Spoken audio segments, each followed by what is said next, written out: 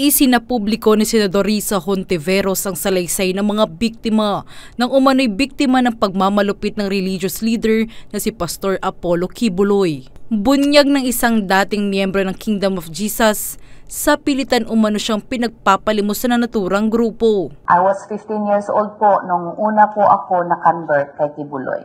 Namamalimos po ako doon sa Amoranto. Napapanggap po kami ng mga pipi at bingi at kaya po kami pinapapanggap na bilang estudyante at mga pipi at bingi para kami po ay makakuha ng mga simpatiya sa mga tao at malaki po ang aming remittance. Hanggang kalaunan po ay pinapatinda po kami ng mga puto at kutsinta dyan sa Maynila. At kapag raw maliit lang ang kanilang nakolekta, kapag kami po ay hindi po makakuta at hindi po mabinta ang aming mga paninda, kami po ay may mga punishment. Ako po ay nakaranas mismo ng pamamalo galing kay Quiboloy. It was 60 slashes po. Ganito rin ang kwento ni alias Jackson na pilit raw mamamalimos sa Dipolog. Umpisa po talaga, 99, 2 buwan lang po yun, mayroon po kaming 10% o 20% po ibalik sa amin. Yung after noon, after youth camp, nung nag-area pa rin kami, wala na. Limit po talaga, 100%. Tapos pag sabihin lang, kuha ka lang ng pangkain mo.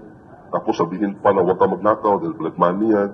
Pangkain lang, huwag kang kukuha ng kahit piso dyan kasi pag kukuha ka, kakita yung ama, tinatawag kasi na aming Panginoon, maging parusahan na ganun. Dahil dito, isinusulong ni Hontiveros na imbestigahan ang mga aligasyon ng human trafficking, sexual violence, and child abuse na naturang grupo na anya ay nangyayari pa rin hanggang sa ngayon.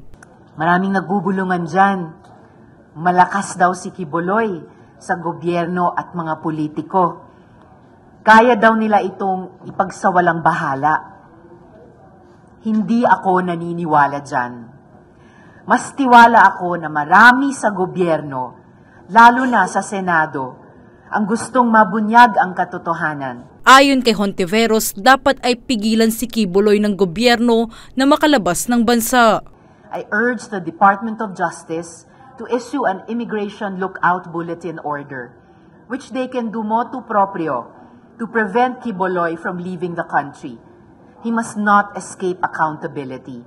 Buwelta naman ang kampo ng tele-evangelist, Pastor Apollo Quiboloy, lumang tugtugin na umano ang mga aligasyon kontra kay Quiboloy. Hontiveros is fooling us. You know, the phrase in aid of legislation is not a magic wand that you wave around just to justify any investigation.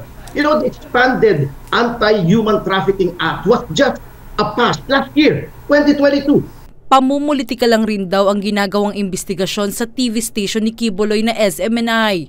What has happened since then to justify another inquiry? This is plain and unadulterated baloney as part of the feeding frenzy against Pastor Quiboloy, the SMNI, and the Kingdom of Jesus Christ. Mababatid na si Quiboloy ay nasa most wanted list of the U.S. Federal Bureau of Investigation o FBI dahil sa aligasyon ng smuggling at sex trafficking.